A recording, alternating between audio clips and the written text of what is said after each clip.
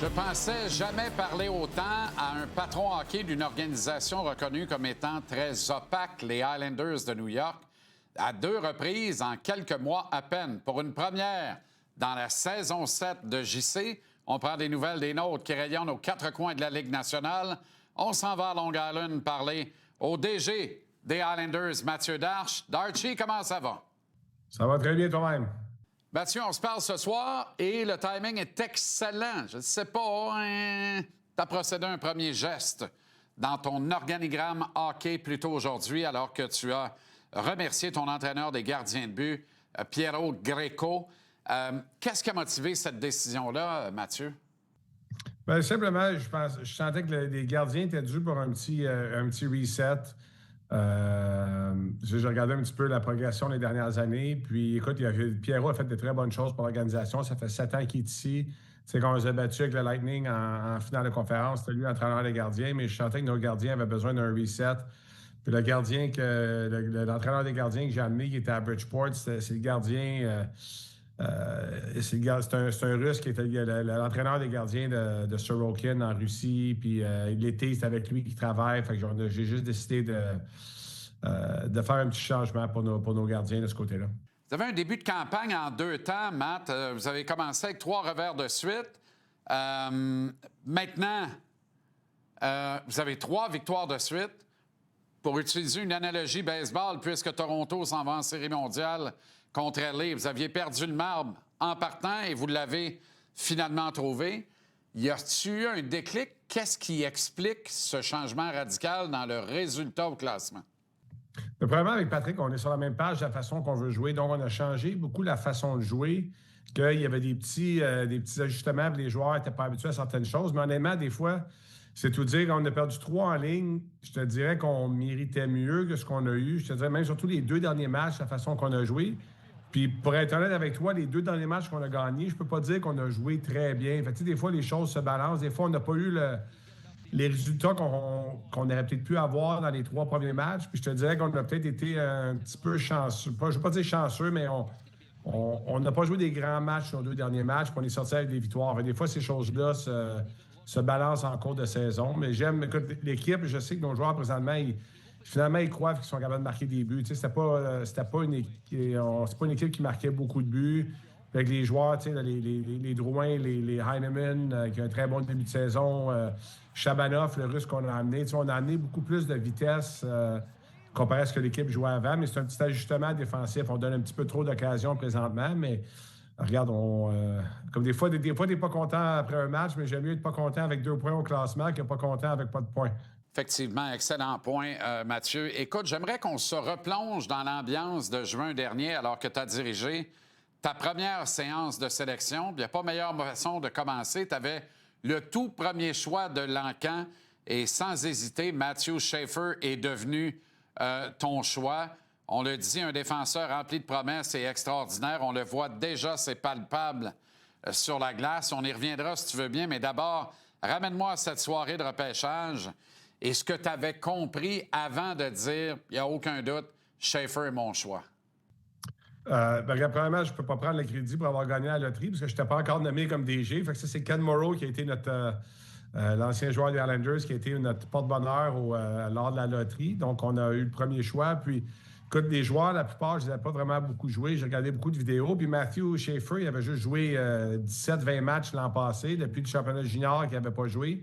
Il s'était cassé la clavicule. Puis c'était assez évident. Puis, tu sais, quand je parle aux autres à travers la Ligue, c'était assez évident que Matthew Schaefer, c'était le premier choix.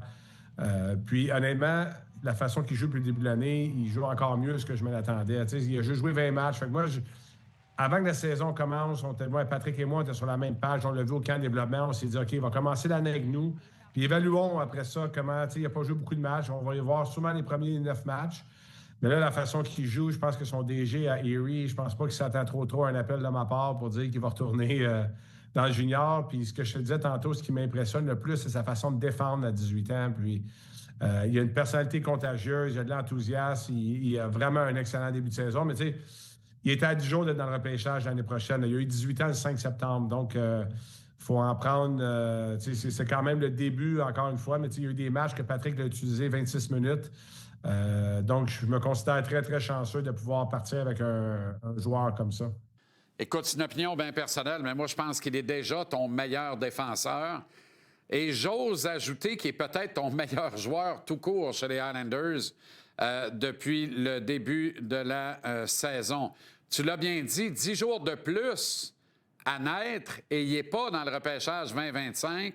C'est un espoir de grande qualité pour le prochain en 2026. Et là, on est en pleine rigueur d'un calendrier condensé en raison de la pause de 3 semaines, étant donné les Jeux olympiques en Italie en février. Alors, est-ce que tu n'as pas l'impression que ça va être encore plus vrai que ce sera difficile, un calendrier comme ça, pour un garçon qui vient à peine d'avoir 18 ans, Mathieu? Non, nous, on a 16 back-to-back, excuse-moi, dos à dos, peu importe comment on dit en français. Puis je n'ai pas eu un encore. Donc, il m'en reste. Ça veut dire qu'il y a des équipes qui en ont déjà eu 2. Moi, je n'ai pas eu un, mais c'est notre équipe qui en a le plus dans la Ligue à 16. Donc, on va en avoir des matchs qui s'en viennent. Mais ceci dit, je pense que sa maturité, vous connaissez on connaît tous les histoires avec sa mère et tout ça, mais il y a ce jeune-là a une maturité exceptionnelle que je pense ça lui permet de passer à travers l'attention qu'il reçoit. Écoute, le monde scande son nom à l'Arena, à UBS. Puis même physiquement, souvent les jeunes de 18 ans, ils viennent au camp d'entraînement, les tests physiques. Pas exactement qu'ils sont mauvais, mais tu vois, OK, c'est un jeune de 18 ans, mais lui, ses tests physiques, il était au même niveau que nos vétérans. Donc, il est 6 pieds 2, 190 livres. Il n'est pas non plus 5 pieds 10, 140 livres. Là. Fait que je pense qu'il va être capable de le prendre, mais ça va être à nous de gérer des fois peut-être ses minutes. Mais pour l'instant, à tous les matchs, on a besoin de lui, puis il nous aide à gagner des matchs. Donc, on y va au jour le jour avec lui, mais on est très, très chanceux d'avoir ce jeune-là dans notre organisation.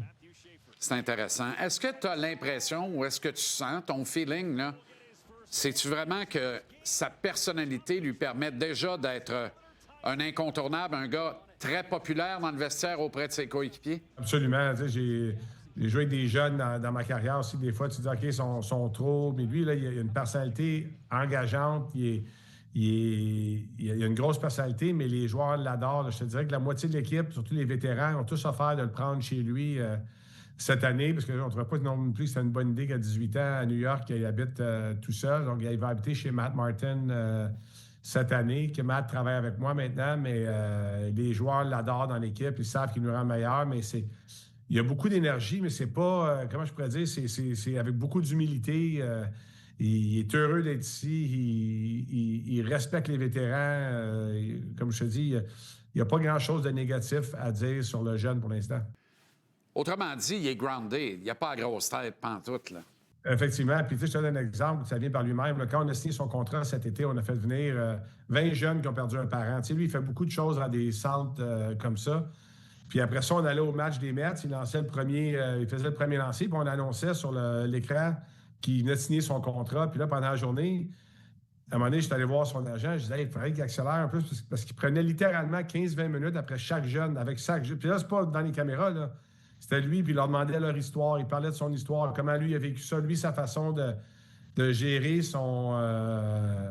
la mort de sa mère, c'est de parler de sa mère. Puis, tu sais, c'était tellement naturel, puis c'était pas pour les caméras, c'était vraiment comme il est, qu'il fallait dire à son agent, hey, pas que je veux le couper, mais il faut presque qu'il accélère parce qu'on a un autre engagement par après. Puis ça te montre un peu le genre d'individu qu'il est, là. Je ne sais pas si tu as vu notre match à Ottawa, il y avait ses grands-parents de 93 ans qui étaient au match. Puis son grand-père, il a dit, moi, ce qu'il fait pour les enfants en deuil, c'est plus impressionnant que lui qui marque un but dans le national. Tu sais, puis c'est vrai, là, ça montre quel genre de famille dans lequel il a été élevé. Là. Finalement, tu as pigé le bon numéro, Matt. Il est mieux d'être chanceux qu'être bon. Bon, écoute, il faut qu'on parle de Noah Dobson, que tu as pris la décision d'échanger aux Canadiens lors de l'encan. Merci encore pour ça.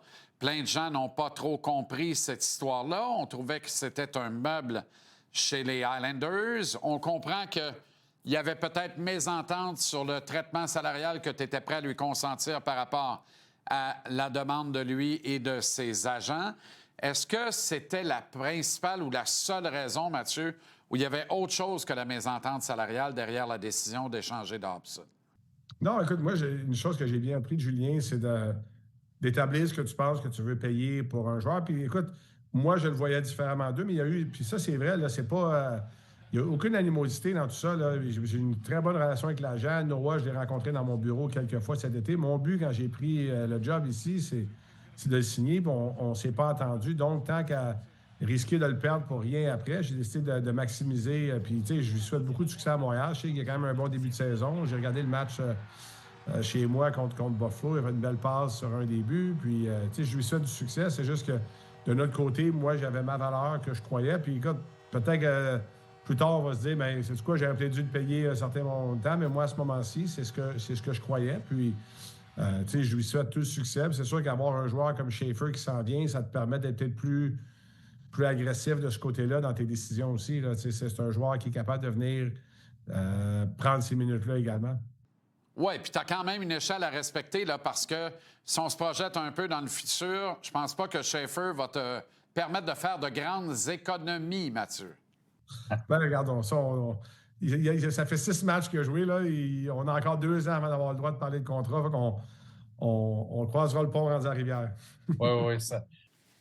Ah ben là-dessus, tu as entièrement raison. Je me permets, si tu veux bien, de revenir sur Dobson. Tu sais, tu as identifié le plafond que tu ne voulais pas faire exploser, le plafond en termes de traitement salarial à lui consentir.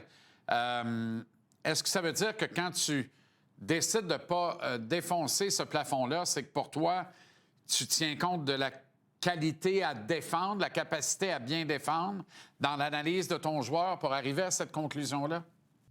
Ah non, mais je pense pas que Noah Dobson, c'est quelqu'un qui ne sait pas défendre, pas du tout. Là. C'est un excellent joueur de hockey. Là. C'est juste que moi, j'avais un certain prix, puis c'est tout. Là. Puis, regarde, dans quelques années, on va se dire, ben, peut-être que j'avais pas raison. Puis, tu sais, honnêtement, c'est drôle à dire, parce que des fois, le monde pense tout le temps, quand tu t'entends pas avec un joueur, mais on est fâché ou quelque chose. C'est juste que moi, j'avais mis mon prix qui fitait pour mon casse-tête. Hein. Des fois, regarde, même... des fois, je vais peut-être signer des joueurs pour le casse-tête d'une autre équipe, ça ne fonctionnait pas, mais pour le mien, ça fonctionne. Donc, c'est juste que pour moi, où est-ce que je voyais et où est-ce que je voulais aller avec mon équipe, j'avais une limite où est-ce que je voulais aller. Puis, on ne s'est pas entendu, c'est tout. Puis, à part le montant sur la cap, il y a d'autres petits facteurs dans un contrat, mais c'est là qu'on est rendu. Puis, regarde, le Canadien a eu ce qu'il voulait. Moi, j'ai eu ce que je voulais. Les meilleurs échanges, c'est des échanges que les deux côtés gagnent. Tu sais, la réalité, c'est ça, là, c'est ça les meilleurs échanges quand les deux sont contents. Il n'y a pas tout le temps un gagnant, un perdant. Là. Ça se peut qu'il y ait deux gagnants, qu'on a chacun ce qu'on a besoin, où est-ce que mon équipe allait, où est-ce que le Canadien voulait aller. On fait chacun nos décisions. Puis en espérant, moi, j'espère que ça marche bien pour le Canadien. Donc, puis en même temps, j'espère que mes deux choix que j'ai pris au repêchage vont nous aider pendant plusieurs années. Puis présentement, Emil Heinemann joue très bien pour nous aussi. Donc, j'espère que ça va fonctionner pour les deux côtés. On va parler de Patrick, si tu veux bien. Parle-moi de ton rapport quotidien avec ton entraîneur-chef. J'imagine que vous parlez même les jours de congé. Là, c'est tout à fait louable et normal pendant la saison. Mais est-ce qu'il y a un mur que tu as bien voulu établir entre le deuxième étage qu'elle tient et l'étage de la patinoire, qui est celui de Patrick? Autrement dit, est-ce que tu essaies que chacun fasse son bout de la job, puis c'est tout, ou vous prenez une part active à toutes les décisions ensemble au quotidien? Non, bien écoute, regarde, j'ai une super relation avec Patrick. On parle de tout ensemble, parce que les décisions, on dit tout le temps, on les fait ensemble. T'sais, même l'entraîneur de gardien, on a fait la décision ensemble. Des fois, c'est une suggestion que c'est moi qui vais emmener, on en parle, puis on continue, puis des fois, ça peut être lui. Moi, je crois beaucoup à la collaboration de ce côté-là. Tu sais, là, des fois, j'ai engagé du monde ici, dont notre gérant d'équipement qui était à Tampa. Il dit, je travaille pour toi. Non, on travaille ensemble. Il n'y a personne qui... Tu sais, c'est pas une question, oui, en bout de ligne, c'est moi qui prends la décision finale, mais on va discuter toutes les choses. Il me demande mon opinion sur les lignes. En bout de ligne, j'ai dit, tu sais, c'est toi l'entraîneur, je vais te donner mon opinion, mais tu choisis. Puis lui, il me donne des opinions sur d'autres choses, sur quel joueur garder. Puis des fois, j'explique, à cause de différentes raisons, que ce soit le plafond, les contrats, ces choses-là. On va aller de ce côté-là, mais on a une super belle communication. On se parle à tous les jours. Je vais dans leur bureau en bas, jaser avec les coachs à tous les jours, à tous les matchs. Après chaque match, on se parle. Avant chaque pratique, on se parle. Puis on est sur la même page. Puis on partage des idées. C'est comme ça qu'on avance comme organisation. C'est que tout le monde a son opinion. Puis tout le monde a le droit de donner son opinion. Je veux pas que ce soit du monde qui font juste dire « Oui, Mathieu, c'est pas ça que je veux. » Si j'ai une opinion, je veux me faire challenger, voir d'autres choses que je pense d'une certaine façon, d'autres personnes, puis eux, sont sur la glace, sont derrière le banc, ils voient des choses que moi, je vois différemment en haut et vice-versa. Donc, c'est pour ça la collaboration entre les deux, c'est ça qui est important. Puis je l'ai vécu, la belle collaboration avec Julien et John Cooper. Tu sais, je le vois comment c'est important d'avoir les deux points de vue. Mais en bout de ligne, oui, je vais faire une décision, mais c'est tout le temps en collaboration. Et tu sommes tous contents de la réaction des die-hard fans des Islanders, parce qu'à 0-3, là, c'était pas évident. Sans dire que vous êtes en reconstruction, parce que c'est pas l'objectif que tu as admis. Au contraire, d'ailleurs, un peu à la surprise de tous, mais quand même, il y a des partisans qui sont fans de cette reconstruction, d'autres qui veulent rien savoir. Tu leur as donné un beau bonbon en Matthew Schaefer. Est-ce que de façon générale, tu es content du rapport aux partisans chez les Islanders depuis le début de la saison?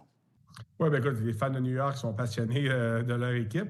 Mais moi, écoute, c'est sûr qu'on a perdu 3 en ligne au début, on entendait un petit peu, mais je pense que je suis encore dans la phase lune de miel un peu avec les partisans, mais j'essaie juste d'être honnête, communiquer avec le partisan ici. Puis, je dirais pas qu'on fait un pas en arrière. Est-ce que j'accélère à faire 2 pas en avant? Pas nécessairement, mais j'y vais. Moi, je pense qu'il y a une division, puis sur de division, tout le monde gagne présentement dans la métropolitaine, mais je pense qu'on est une équipe qui peut faire les séries. Est-ce que je dis, c'est sûr qu'on fait les séries? Je ne commencerai pas à dire ça, mais je pense qu'on peut se battre pour les séries. Donc, j'ai le même optique, mais en gardant l'optique à moyen et long terme en même temps. Donc, un n'empêche pas l'autre nécessairement. Puis si rendu à la date limite des transactions, on est dans la série, mais tant mieux. Puis si on ne l'est pas, je ferai des décisions à ce moment-là. Je me suis gardé une flexibilité que je peux aller des deux côtés avec ce que j'ai ici. En tout cas, on va dire en affaire d'Archie, les back-coiffes et les barbes sont de nouveau permises chez les Islanders de New York. Et plus important que ça encore, la disponibilité média. Vraiment, on sent que tu mets ta marque rapidement sur cette organisation, ce qui est tout à ton honneur. Je te dis bravo pour ça. Puis en même temps, je comprends que c'est un truc excessivement important pour toi, Darcy. Ben oui, puis moi, c'est mon background aussi en marketing. C'est ça que j'ai étudié. J'ai travaillé là-dedans avant de retourner avec Julien. J'ai vu ce que le Lightning a fait dans un marché comme Tampa, qu'ils ont la plus longue séquence de salles comptes de la Ligue nationale depuis 2015 à 400 quelques matchs en ligne. Donc, je comprends on est dans l'industrie du divertissement, le hockey, puis il faut pouvoir vendre. On fait un petit peu de behind the scenes, là, on appelle ça On the Island, là, une série, je pense qu'il y en a 6 cette année, qu'on montre un peu les dessous de ce qui se passe, puis j'essaie juste de communiquer. Puis les joueurs, je veux qu'ils soient qui ils sont aussi. Je veux pas trop les... faut que ça reste en termes de concept d'équipe, mais je veux qu'ils... je dis souvent, j'ai un Matthew Tkachuk, un Brad Marchand, tu leur enlèves leur personnalité, ils sont pas aussi efficaces qu'ils sont présentement. Il faut que tu leur laisses un peu qui ils sont, puis je veux que les joueurs puissent s'exprimer un petit peu, mais ça doit rester un concept d'équipe. Donc, on essaie de communiquer avec les partisans, puis de leur en donner un petit peu plus, mais ça reste que dans notre monde aussi, il faut tout le temps que tu contrôles un petit peu des fois le message. On ne va pas surexposer Matthew Schaefer à tous les jours, puis avec 56 000 promotions non plus. Il y a des choses à gérer également. On essaie d'en donner un petit peu pour nos partisans. Matt, que tu prennes tout ce temps pour nos téléspectateurs, téléspectatrices, t'honore au plus haut point. Merci infiniment de prendre le temps de comprendre que nous sommes la courroie de transmission entre vous autres, les dirigeants, les joueurs, et le public, les partisans qui aiment tant le hockey. Je te souhaite une saison à ton goût, remplie de belles surprises, d'agréables moments. Au plaisir de te reparler bientôt. Merci infiniment d'avoir pris le temps pour nous, Darcy. Merci, JC. À bientôt.